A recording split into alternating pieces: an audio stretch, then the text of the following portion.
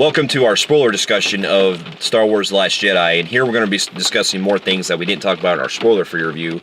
So to pretty much start from the beginning, this film actually takes place in a space battle that's actually the very beginning of the film, which actually threw me off because I actually wondered, usually we see these type of like battles at the very end of the movie. Yeah, and not only that, it leads into, at the very beginning of the film, it starts off where Force Awakens ended. Completely leaves off. Where she's handing him the Luke Skywalker thing, and then he just throws it over his head. Yeah, which that's another thing we forgot to mention in our review. This one actually has some great comedy. Yeah. I really enjoyed it. And you know what? The funny thing is a lot of people actually hated the comedy in this. Which I don't understand. Like, I know that some of it might seem a little out of place for some people, but I really think it blended pretty well. I thought it blended really well, so I don't know. Especially some of the cute moments we get with BB-8. Yeah. Basically, this film deals with, actually, in a way, if you look at it, doesn't this kind of give you a vibe similar to, like, Dunkirk?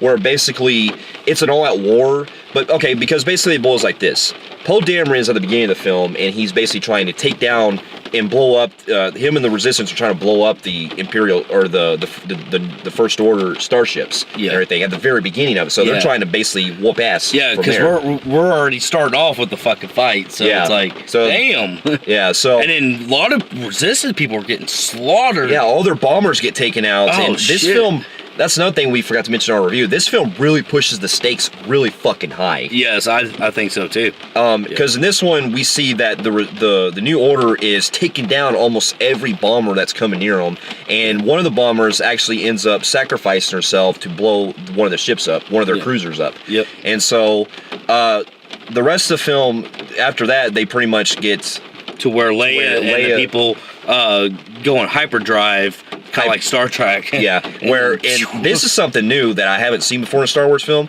We actually get it to where the enemy can actually follow them in hyperdrive, in hyperspace, and be able to keep up. Kind of like what we saw in Star Trek Into Darkness. Yeah, it did. That gave me that kind of vibe. Yeah, I was kind of thinking of that.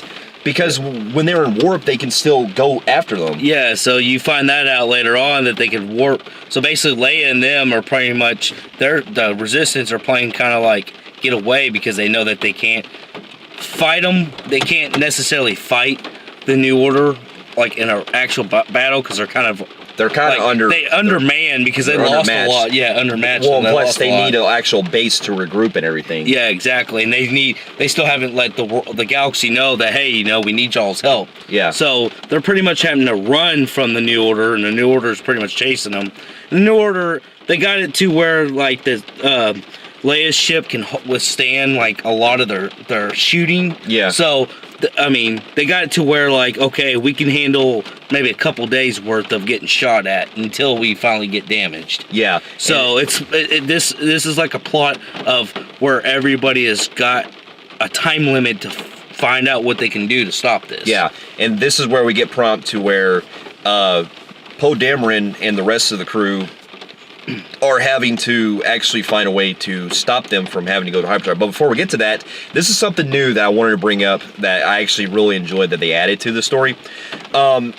Basically, Kylo Ren, after he sees the Snoke, who we get reintroduced again, who's like basically the Emperor equivalent, he is basically trying to still have that conflicted side of himself, to where he's trying to choose whether or not he wants to be good or bad. And so this is when we get that really epic scene. We get that really like that tenseful scene where he gets in that fighter plane and he goes after Leia and all them, and he starts shooting at all the enemies and stuff. And you start to see that he actually almost kills Leia. Yeah, he almost kills his own mother. Yeah. Yeah, and so, but before he does that, before he can do anything, he lets go, and then the other fighters end up shooting. Yeah. And at first, that almost got me in emotion right there, because I was like, oh shit, they killed Leia that quick? Yeah, because she's floating in space, and you can see her like she's slowly dying, but you can kind of tell also she's holding her breath or keeping her. It's something to do with the Force. Yeah, the Force and the Jedi, like where she's able to just barely survive it, but get to where she needs to go. Her body can. Yeah. But then it puts her in a coma too at the same time. Yeah, so. But that's something I actually highly enjoyed. And look, I know this was never seen before in the other films of how Jedi can do this. If I recall, and I know it's not canon, I'm just going to bring this up because I've seen it one time. There was actually a game I played called, I think it was Star Wars The Force Unleashed, where your main character, he's a Jedi, a dark Jedi. Apparently, when he was shot into space or whatever, he was actually able to survive. Yeah. Now, I can't remember if it was from that game or another game, but I do remember that in Jedi lore, that apparently that's still possible if you're a Jedi. Yeah. Or if you have the ways of the Force, you can still survive that. Now, how it's illogical compared to some of the other films, I don't know, but I can buy that. I can buy that Leia would be able to survive and get in time to where she needed to go. So Leia and one of her ships where she got hurt, and she's pretty much been put in a coma, and her body is put to rest inside of like a little tube thing on the little thing that we said that's being chased by in hyperdrive by the and then at the same time we got all these subplots going on where we get where Rey is trying to convince Luke to come help and put balance to everything. Yeah. And basically he's pretty much saying, I'm done with it. I'm done. I've lost everything. I'm ready to just die on my island. Yeah. And then so she's trying to convince to be trained. Yeah. Yeah. And this is where some people I feel like were thinking this is going to be like Empire Strikes Back, because in Empire Strikes Back, Luke had to go train under Yoda to fight, Darth Vader. And people, I can see why people were thinking it was going to go at this approach, but they actually do something different with this, because in this one, Luke says he'll train her and everything, but we actually discovered there's something even more hidden to what we didn't see before in a previous Star Wars film, where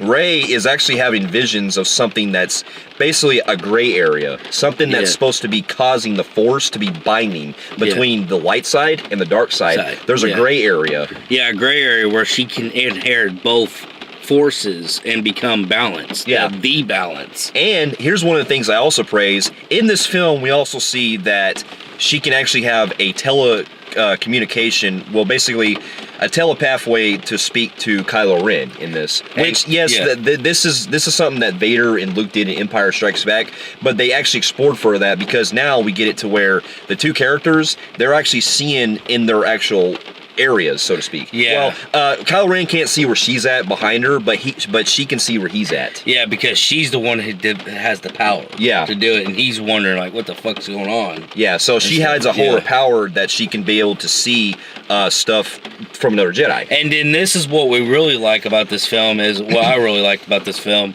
was you get the part where you kind of like see that Rey is communicating with Kylo Ren, and you think that Kylo Ren is gonna like take maybe a good side, especially when you see Snoke being such a fucking ass to him, saying and not trusting Kylo Ren because he still thinks that he's gonna follow Vader's footsteps. Yeah. Well, no, I'm saying no. Snoke he wants him to be like Vader, but then he starts seeing that because what happened in Kylo Ren in Force Awakens and how he's kind of acting now in this movie. Yeah. He says, I see that you're gonna turn possibly good. You're failing at everything, and then you're pretty much thinking maybe Snoke is gonna take over everything himself and say fuck Kylo Ren. Yeah. Yeah. I'm not trusting you anymore. Yeah, and then that's what it's making you think that it's leading to that pathway. Yeah. And the rest of the film also deals to where, while that's going on, you also have the stuff going on where Finn also runs into this girl that was the sister of one of the girls that sacrificed herself at the beginning of the film that was one of the bombers that got killed. Yeah. And basically he befriends her, and he realizes that she has a way to get to be able to fix to basically get inside the Imperial base to destroy destroy the tracker. They're basically looking for the guy who can break into the. He's a professional. He's done it. Yeah. He's like the best guy known in the world that could fucking hack into anything. Yeah. And it's played by Benicio del Toro. Yeah. But before we get to that, Finn wants the girl to pretty much Rose. He wants to get Rose to go with her to. Something about, if I remember correctly, it was something about them having to get this tracker beam off the Imperial starship. Yeah. And in order to do that, they have to go find a guy who can crack the code. Yeah. So in order to basically camouflage themselves to get inside the Imperial base. Yeah. So to do that, they have to go to this planet that's very far out in the galaxy that they can get by with. It's a new planet. It's a new planet we've never seen. Yeah. But here's one of the things, and I know people have debates on this part. I do like this part. where they go to this planet that's very reminiscent of Earth, basically. Yeah, it is. It is like Earth, and it makes you feel like you're in like Casino Royale, because this is like a gambling. It's a gambling Las Vegas, but the people here are relatively human, it seems like. With mixed with different species and stuff. Species, but the species did kind of seem minor in this scene, because you do see a lot of normal people. Yeah, which I understand a lot of people felt that's one of the problems people had, was that it didn't feel like Star Wars. Yeah. But I actually like that because it added more to the universe. And I like that we get worlds that are kind of reminiscent of ours, basically. And this planet is considered really, really rich. It's like Las Vegas. Everybody knows Las Vegas is filthy rich. Yeah. Well, this is the planet that Rose is from, and Rose finds out that this planet was the real reason why the New Order gets their weapons. Yeah. They fund this planet, funds in a way, all the money. if you look at it, it's kind of like how they did with the Hutts from remember from Tatooine. It's kind of like that, where remember Jabba the Hutt, he was given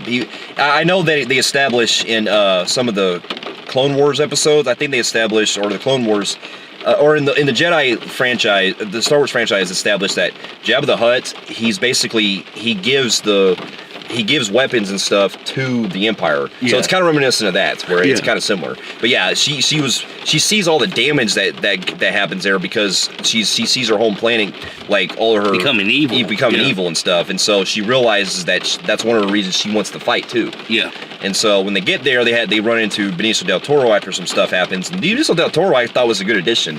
He was funny. He actually had some really he really had some really smart ass dialogue that I enjoyed.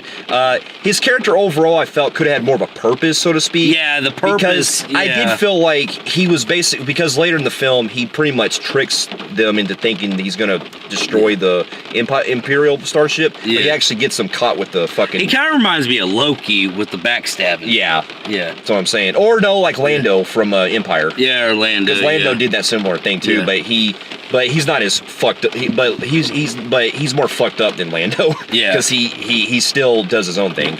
So so you got all these plots going on with that, and you got Rey kind of doing her own thing, where she's trying to convince Luke to help, and Luke is pretty much saying that the Jedi must end, it has to end, and then you got her kind of like, kind of exploring her own things, because this island is where like they got the original Jedi temple, like the Jedi temple scriptures, Bibles, and the scriptures and stuff. And because they find the books of it. Yeah, and she starts hearing stuff, and then she uses it to her advantage to find out who her parents are. Come to find out that she is actually not, really don't have a mom or dad. She was pretty much born by the Force. Which I know people have their theories, and I know, because one of the things I hear is that they didn't fully explore Rey's parents in this. I really feel like the way you described it, they did describe it very subtly to where the Force is actually her parents. She was born out of the Force somehow. Yeah. And now, if they review something else, that's cool. I can see that. But like how we described, I feel like she is, no pun intended, a force of nature. That's how she is. She's a force of nature. Yeah. And that'll explain why she's gray. Yeah, because in this film, that explains why she is the one to bring balance. Because you know how they always say bring balance to the Force? She's that balance. She's that balance, because Luke is never even gray. It's not that Luke is a Jedi. Or you're either a Sith or a Jedi, but she's more of a balance. The only balance that's ever happened. That's why Luke, it was like I've never seen this before. Yeah. He goes, how did you do, kind of stuff. Yeah. So it's like you got that whole training going on. Yeah, and then you also have the stuff involving with Leia, where, while on top of that, you also get Laura Dern's character, who's basically trying to take over when Leia's in a coma, basically. And that's something I wish they could have explored more, because we don't really know much about her. The thing that kind of threw me off was, she started out like like she's gonna lead them into goodness. Then it seemed like she was actually turning on them. And then suddenly just went back to fucking good all of a sudden. Well, I felt like, we missed a scene there. Because my theory was, I thought that she was actually going to be an undercover from the Imperials. Or from the New Order. Could you imagine she was the one that was inside the one mask? Captain Phasma? Phasma? Could you imagine she was Captain Phasma? Yeah, if that was Captain Phasma, I would have been surprised. I mean, that would have been a really big twist. But, I feel like we could have done more with her character. Yeah, they kept her kind of like But what she does do, we'll get to later. But yeah, she is when we go in fucking great. order, oh my god, I praise her for that. Basically, when everything leads to, in a way, they kind of do things reminiscent of Return of the Jedi in this, because Rey actually decides to give herself to Kylo Ren, because we have at the same time, you got exactly what you're saying. She's giving herself up. She goes, okay. Because you got to think these, like Rey and Finn and all them, they don't know where each other's at. So Rey's thinking that maybe she can, because you kind of get the whole thing that she might have gotten to Kylo Ren to be good. So she's like, okay, maybe if I give myself up, I could really talk to him. Yeah, kind of doing what Han Solo did in Force Awakens, that she wants to do that for him. And then, while this is going on, because Kylo Ren is showing weakness, you get that redheaded dude that's really trying to take over. Yeah, Husk. He's like, all right. He goes, basically look at Kylo Ren like a little bitch. He goes, now I'm running the show. Yeah, I was ordered by Supreme Leader Snoke to do this. So it seems like he's like even telling Kylo Ren to get the hell out of his way. Yeah. Because Snoke is going to like him better. But anyways, you got like Kylo Ren coming in, and that's when Snoke knows about that happening, so he's like, bring her to me. Yeah. Kylo Ren brings her. Yeah, and then before we get to that though, that's when we finally get to reveal why Luke goes to their to begin. Okay, so basically the film actually reveals that Luke actually became a Jedi after the events of Return of the Jedi. He became a Jedi Master, and he wanted to train new students for the Jedi Temple. Yeah, he recruited. I guess Kylo was one of his first students that he had. Yeah, Kylo was. Which is we find out his name was Ben. Yeah, I didn't pay attention to that one. But pretty much, he recruited Ben and some of the other students for the Jedi Temple to bring to basically pass on the torch, so to speak. Yeah. Well, because he knew that Kylo Ren was pretty much not something that he expected, and he knew that he was going to be. He basically was. He was talking. Well, no, it's because he knew that there was something about him that he was pure evil and stuff. Yeah. He couldn't let himself to train him any further, and so he had no choice but to try to kill him. Yeah. Because he was led to believe that if Kylo would have done more of the training, he felt like he was going to overpower him and still basically take over the galaxy. Yeah. So he tried to kill Kylo Ren, but Snoke already got to him. So Snoke pretty much overpowered him, and Luke was kind of right about his theory of that happening, and Kylo Ren fucked Luke up and destroyed the temple and killed all the students, and that's the reason why Luke had to go away, because basically it was established that Kylo thought he died, and so we're led to believe that Luke also left the temple to go secluded because he felt like he was responsible for everything. Yeah. And so that actually I thought really worked a lot. And it works with that scene where where Luke is trying to burn the temple down in that island, and then that's where we see Yoda come in. Yeah. And then we get to see Yoda. Yoda actually comes back for the first time in a while. And here's one of the big things I loved. I loved how they gave him the original look for Empire. Yeah. It looks like, I think they actually used puppetry or animatronics, I think, mixed in more with CGI. Yeah. It looked like a mix of both, basically. And then they pretty much burnt the last bit of the scriptures of Jedi. And everything was basically done. And so he basically said that the Last Jedi was of the scriptures. Yeah. Then we get into pretty much what happens where Kylo takes Ren on behalf of the Supreme Leader Snoke. Yeah. And Snoke sees a lot in her and thinks that he can pretty much like turn her to the dark side or something, or he wants to pretty much, she knows that she'll die or something. But basically, it's a scene similar to Return of the Jedi. Remember when Luke gets brought up to the Emperor and stuff? Yeah. I get why people would say that would be a ripoff, but it actually, well, we'll get to this. Basically, after that, when he's telling Kylo to kill her, that's when we get that really epic, that really cool scene. No, I didn't see that scene coming where basically he's about to use his lightsaber and then kill her. Yeah. Ren's lightsaber, her blue one, is on the Supreme Leader's his table or his chair or whatever. Well, Kylo actually ends up using that lightsaber and cuts him in half, basically, kills him. And shoots it basically as a knife, kind of like how, not kind of just reminiscent of Henry Bowers from It, where he just pops open and stuff. Yeah, just shoots it and he slices them open, and then you think, okay, maybe he is turned good, but then that's when he gives the ultimatum and he he's trying to tell to Rey to say, no, he goes, let's do it together. Let's do it together. Let's because he wants to be even more powerful than the Supreme Leader. Yeah, then it's like, okay, he's not turning good. He did it because, unlike the Vader, still being a bitch to the Lord Sidious, this one, no, it's like, I want taking complete power, and I know I can bring balance. I can actually be like the strongest in the galaxy. Stronger in the galaxy. Because I actually enjoy it, because I was scared that they were going to make it to where he was going to be good, which to me, if they did that would have been knocking it too much like Return of the Jedi. Yeah, and it would have been a wasted opportunity for Adam Driver, because,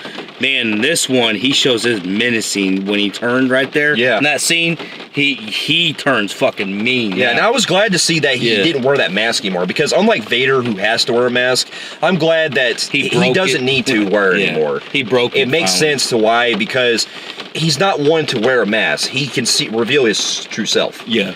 And then that's pretty much when we get to the final climax where everything comes together. Well, and Leia's ship is starting to blow up now, so Leia kind of comes out of her little coma thing. Yeah, and then she actually basically has everyone to evacuate the ship and go to this planet that's nearby that's basically abandoned, which kind of looked a little bit like Hawk when they get there. Yeah, it's all snowy with some red on it, which like is pretty salt, cool. I guess. I think it's like salt. Salt and crystals. Yeah.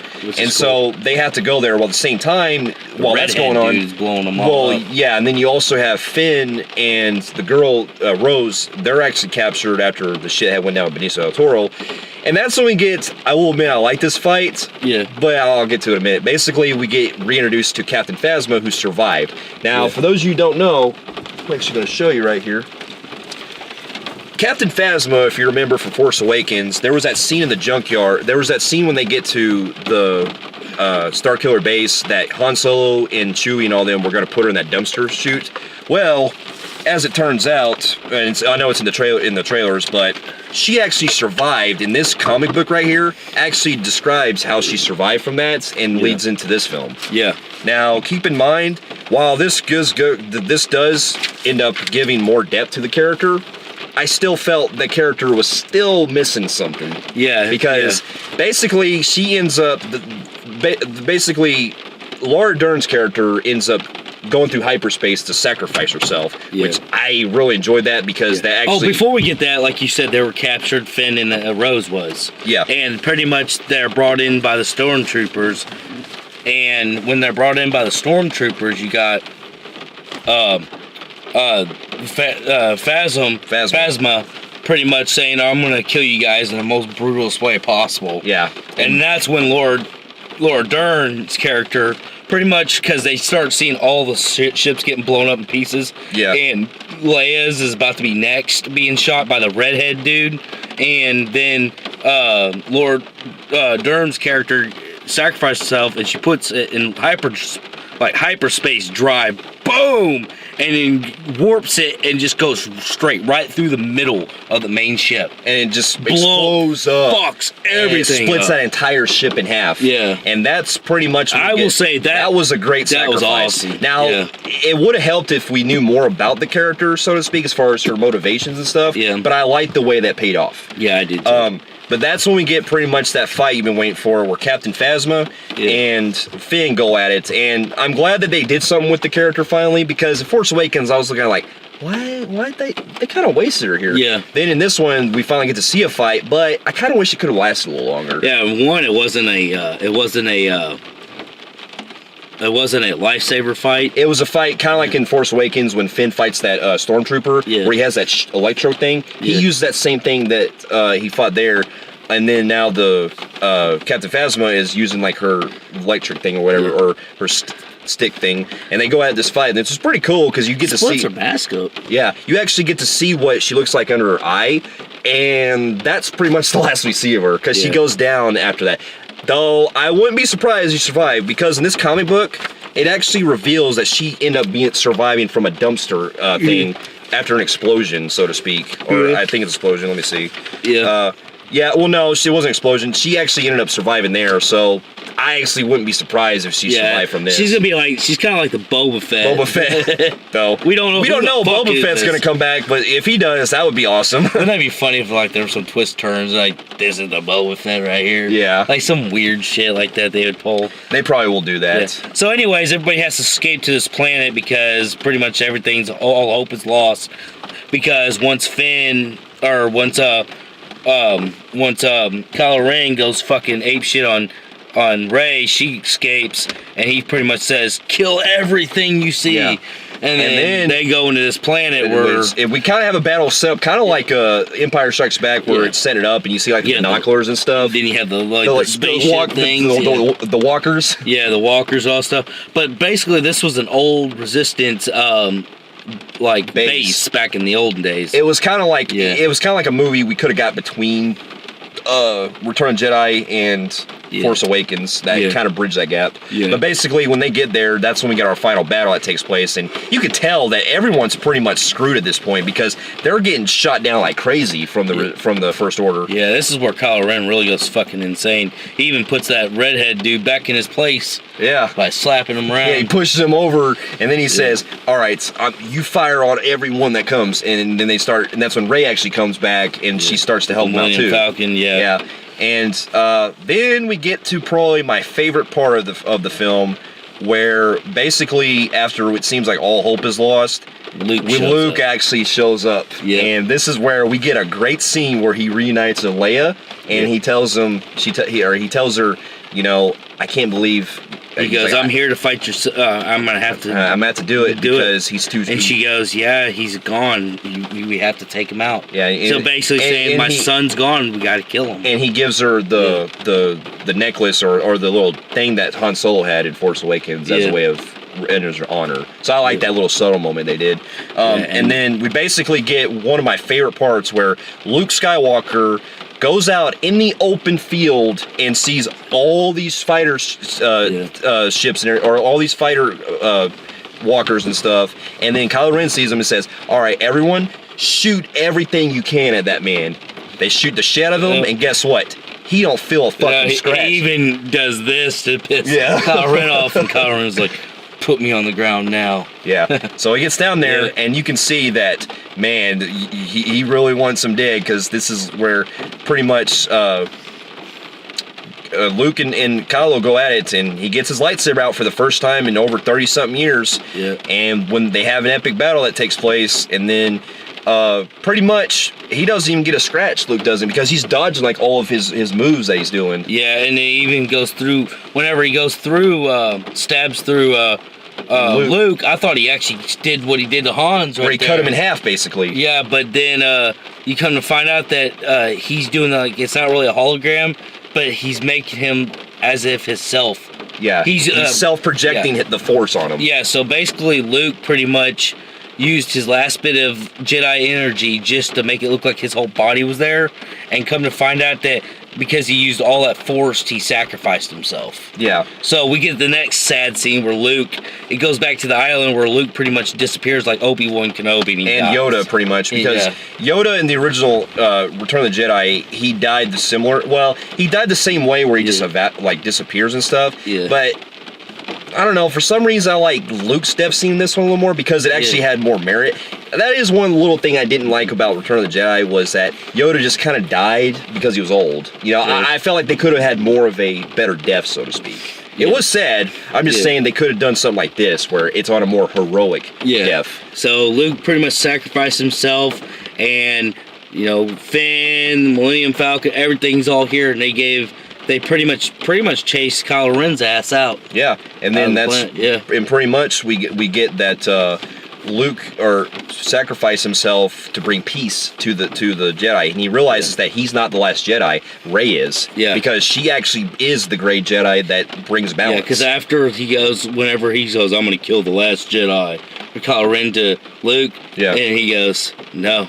And it shows that Rey is doing the breaking the mountains with her Force. Yeah. And saving the rest of people. Because when they were all hiding out while Luke was doing his thing, they couldn't find an exit out of this place in case shit went really south.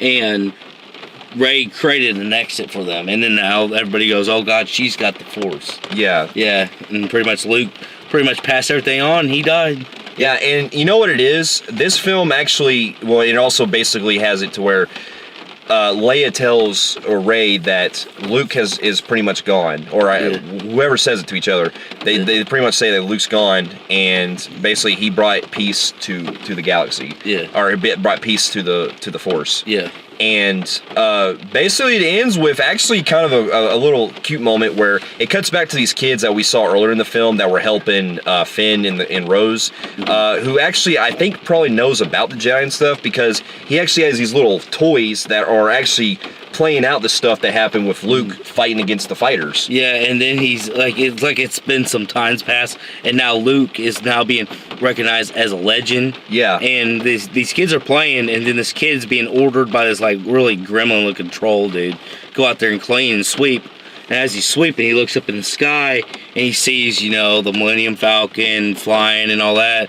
And then you see like his eyes, like he's a Jedi. Then he flips over his staff broom, or whatever. Yeah, the broom, and he holds it like a lightsaber. And then you're hinting. It ends right there. Yeah, which he's begs a Jedi. the question if he's actually part of the same type of Force that Rey is. That he's actually in that same type of person, or if he actually is born that has the same abilities that Rey has.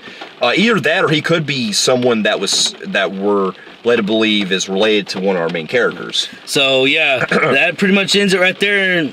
And I'm gonna tell you right now, phenomenal film, man. Yeah, in a way, now that I think about it, the whole with the kid at the end, it's almost like Luke Skywalker is the equivalent to King Arthur. Because you know how they have the stories that basically how King Arthur becomes a legend and stuff, and how he's talked about afterwards. That's what Luke Skywalker is with this film. Star Wars, yeah. Yeah. So I really enjoy that aspect. Yeah, I do. I'm glad that it's recognized like that. Yeah, and so I can tell you right now, like, this film blew me away so much. Now, I know phenomenal. It might seem like we're fanboying on this film, and really not, because really, to be honest, I can see some things people are talking about with the film as far as problems-wise. Yeah. But honestly, because I still found the film entertaining, I got more in, and I got a lot into the story and everything, I still was able to overcome any bad things I still think that I'm not a fanboy at all, and I'm not trying to use fanboy on this, but I think that they still hold very great merits to this. I feel like they're getting stronger and better as they go along. Yeah, I know Rogue One, I wasn't too big of a fan of. I still enjoyed the film, but I can see I wasn't too big on that one. But with these movies, I feel like they're getting better on each one that they've done. And yeah, I know there's been some stuff behind the scenes with Disney and all that, but on a film level, I look at that on those. I don't go by the studio. Yeah. So with that being said, I still highly recommend this. And let's talk about some of the pros that we couldn't talk on the spoiler.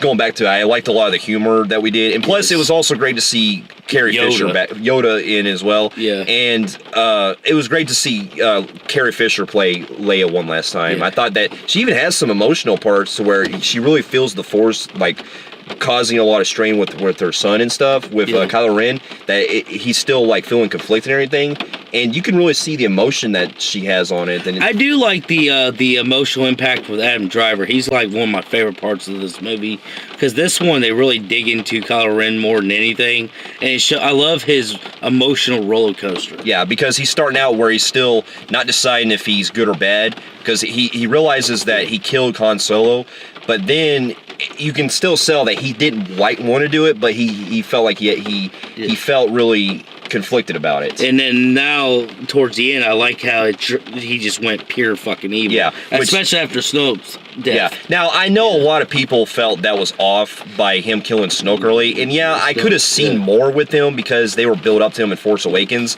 But to be honest, at this point, I feel like since Kylo Ren is pretty much more of is trying to go beyond Snoke, I feel like we're either going to get introduced to someone higher than him in the next film, or Kylo Ren actually has a power that he's pretty much unfucking stoppable. Yeah, I did like how Rey is now the Force and the Gray. I love that story, like how instead of doing your generic, you must be the kin of this person, I like how they're saying that she was born as the balance, like the Force. I love there's a lot of people there's a lot of things I feel like a lot of people aren't really paying attention to. Yeah. And they're not really looking at it. That's strong. what I'm saying. There's some things like hidden in there that some people may not have been thrown off by, or it seemed like and they're it saying wasn't that, adding up, so to speak. Yeah, it wasn't adding up to them, so a lot of people were really trashing this film. But if you think about it from what I see, it makes perfect sense. Yeah, I mean, like I said, there are some little issues I have here and there, but really overall, I still feel like this could possibly be even, in my opinion, probably better than Force Awakens. Yeah, it was a step up a little bit on. But I still give it the same grade. I still give it a 9.5 out of 10. Yes, a phenomenal score, visuals as expected. Even Snoke looks really good. Yeah, yeah, I thought he did good. Yeah, I thought it worked well with them. Yeah. Everybody's performance was phenomenal in this film. Yeah, the Finn thing does feel like Finn is still a generic character. Yeah. You don't know where they're going with him. But he's supposed to represent, like, not only the guy who betrayed him. Basically, yeah, pretty much. He's supposed to represent a lot of, like, an everyday person working with the Resistance. Basically, a turned person who's working with the Resistance. I still enjoyed him. It's just like there wasn't like Rose, development, so to speak. Yeah, it seems like he's getting underdeveloped a little bit. And then the Rose thing was pretty cool. I mean, I like their chemistry as well. Yeah, I thought their chemistry worked well. A lot of people didn't like Rose, apparently. I thought she wasn't too bad. Yes, they do feel like that they're considered like, they're probably like my least like out of everybody else's performance. Yeah. But they still were good. Yeah, I mean, it's still, there's some things that I was expecting more out of. Like, okay, here's what I've said in my other review.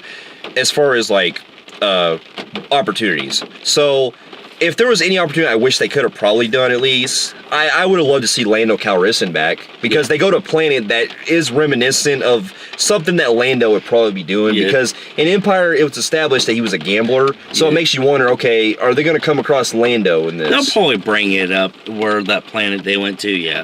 I know, I just think that it would be really cool to see him back. Yeah. I know he's coming back in the Han Solo film, but that's when he's really wish Billy D. Williams would come back. That's when we're getting the one where like he was like fucking 18. Yeah, I know.